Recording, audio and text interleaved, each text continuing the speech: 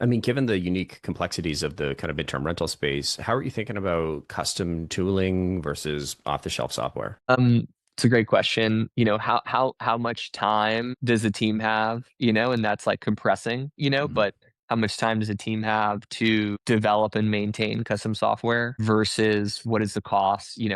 How much more quickly, how big is the business problem, right? How big is the outcome going to be? How quickly do we need it? And what is the cost of off the shelf? And then like, do we have the talent? Is the talent, there to go build that and maintain it or not on that specific problem? And Mhm. that's oftentimes the bottleneck, the latter. I find the maintenance is always the trick. Is like as somebody who's written, in the early part of my career, and I don't want to stress too much that I actually wrote this. I copy pasted a bunch of macros together to do this one lead function at a big company, and I'm pretty confident they used that for a while. But like once that thing broke, somebody updated Excel and the version changed and something stopped working, I didn't even know how to fix it. And so I Hmm. think, and this is a long time ago, back when macros running in Excel were a thing. I couldn't imagine, going off the shelf, have somebody, vibe code something, and then they leave, and you're like, hey, so how do we maintain this thing? Like, where's it even Hmm. hosted? Where are all the keys? Where's this? Where's that? How do we fix it if it breaks?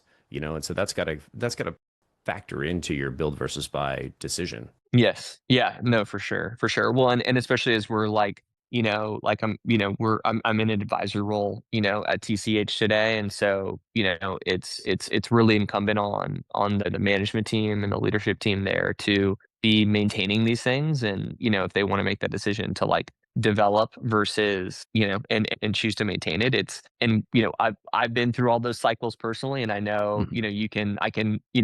I can one shot something and then, it can work for a use case. It requires a very high level of organization and the ability to like prioritize and reprioritize given the very dynamic business that is property management.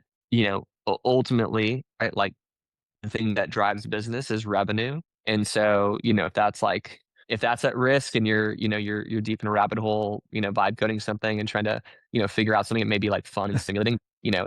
it's not, and so that's a challenge, especially at like a, when you're trying to be very efficient with your resources and the talent that is out of business. And so, but yes, yeah, I totally understand.